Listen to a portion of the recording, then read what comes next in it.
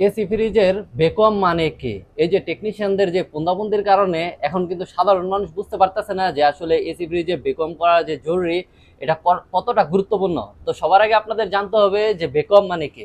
Bacon মানে হলো বাতাস, পানি এবং আর্দ্রতা এবং গ্যাসের ময়লা অংশ ওই যে এসি ফ্রিজের পাইপলাইন থেকে বের করে নিয়ে আসাটার নামই হলো বেকম। একটা মেশিনের সাহায্যে একটা ফ্রিজ বা এসির যে পাইপলাইন গুলা থাকে ওইটা থেকে আপনার একটা মেশিনের সাহায্যে আপনার কি ওইগুলা বের করে নিয়ে আসবে। আমি আপনাদেরকে আরেকটু সহজভাবে বুঝাচ্ছি, তাহলে আপনারা বুঝতে পারবেন।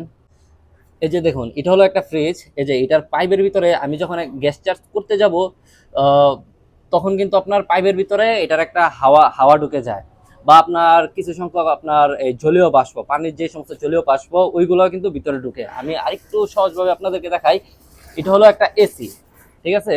তো এসিটার যখন আমি আপনার এই যে এই পাইপগুলো জয়েন করব, ধরেন এটা একটা নতুন এসি গ্যাস লোড অবস্থায় আছে, যখন আপনার এই পাইপগুলো আমি জয়েন দিব বা এসির যে পাইপগুলো থাকে ওইগুলো যখন আমি জয়েন দিব, তখন কিন্তু এটার ভিতরে কিন্তু এখন কিন্তু বাতাস চলে গেছে, এবং প্লাস সাথে সাথে আপনার ছোট ছোট আকারে ময়লাও ভিতরে চলে গেছে, এবং পানির যদি আর্দ্রতাও বাষ্প আকারে যদি আর্দ্রতাও ভিতরে চলে যায়, ওইটাকে আর কি বের করে আনার নামই হলো ভ্যাকুয়াম, ঠিক আছে?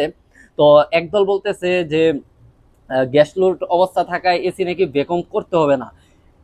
গ্যাস লোড থাকুক আর আপনি পুরান এসি খুইলা লাগান বা নতুন এসি লাগান, যেভাবেই লাগান, অবশ্যই বেকম করাটা অনেক জরুরি। বেকমটাকে অবশ্যই করতে হবে। যদি আপনি বেকম না করেন সেক্ষেত্রে ভুল আপনার। আপনি এটা বলতে পারবেন না যে বেকম করার কোনো দরকার নেই। আপনি বেকম না করলে সেক্ষেত্রে অবশ্যই আপনাকে মানতে হবে যে আপনার ভুল। আর যদি আপনি যদি বেকম না করেন, যেমন সাধারণ পাবলিক কিন্তু বুঝতে পারে না যে এটা কি আসলে কি বেকম করে নাকি না করবে না। সাধারণ পাবলিক গুলা শুধু মনে করেন যে বুঝতেছে যে বেকম করতে হবে, একদল বলতেছে, আরেক দল বলতেছে যে বেকম করতে হবে না। তো বেকম না করার দ্বারা কি ক্ষতি হয় আমি আপনাদেরকে ওইটা বলি। বেকম না করার দ্বারা আপনার যখন নাকি এই বায়ুটা বা আপনার এই জলীয় বাষ্পগুলা ভিতরে থাকে, যখন আপনি বেকম করবেন না, তখন আপনার কুলিং পারফরমেন্স কমে যাবে, কম্প্রেসর আপনার ওভারহিট হবে, এবং আপনার ভিতরে আপনার বায়ু থাকার কারণে দেখবেন আপনার অনেক সময় কম্প্রেসরগুলো ব্রাস্ট হয়, আপনার বড় ধরনের দুর্ঘটনা হয়। যখন আপনার ভিতরে বায়ু থাকবে না সিস্টেমের ভিতরে, এই যে এই সমস্ত পাইপের ভিতরে যখন আপনার বাতাস বা আর্দ্রতা বা পানি যখন না থাকবে, তখন আপনার ভিতরে পিস্টন বা কম্প্রেসর পিস্টন এগুলো যখন আপনার চলাচল করবে, যতই হিট হোক না কেন, কখনোই আপনার ভিতরে আগুন জ্বলবে না। যখন বায়ু পাবে মানে বাতাস পাবে, তখনই কিন্তু আগুন জ্বলার একটা চান্স থাকে।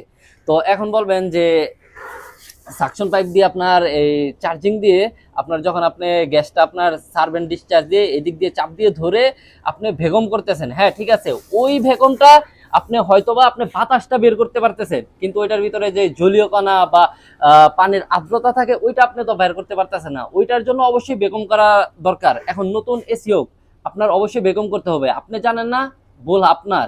এখন একজনও বলতেছে ফেসবুকে আইসা যে ওর বোন তার কাছে বিয়ে দিয়ে দিবে, বেগম করা গুরুত্বপূর্ণ নয়। একজন আরেকজনের সাথে মানে একটা পুন্দাবন্দি লেগে রয়েছে আর কি সৌদি আরবের মাঝে।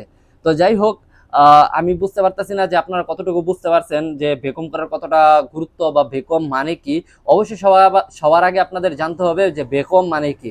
এরপর সাধারণ পাবলিকরা যদি না বুঝতে পারেন যে ভেকম মানে কি, অবশ্যই আপনারা ইউটিউবে গিয়ে সার্চ করবেন এবং ভেকমের কতটা গুরুত্বপূর্ণ ওইটা জানার চেষ্টা করবেন। আশা করি সকল ভালো থাকবেন, সুস্থ থাকবেন, এবং যদি ভিডিওটা ভালো লাগে অবশ্যই শেয়ার করে দিবেন।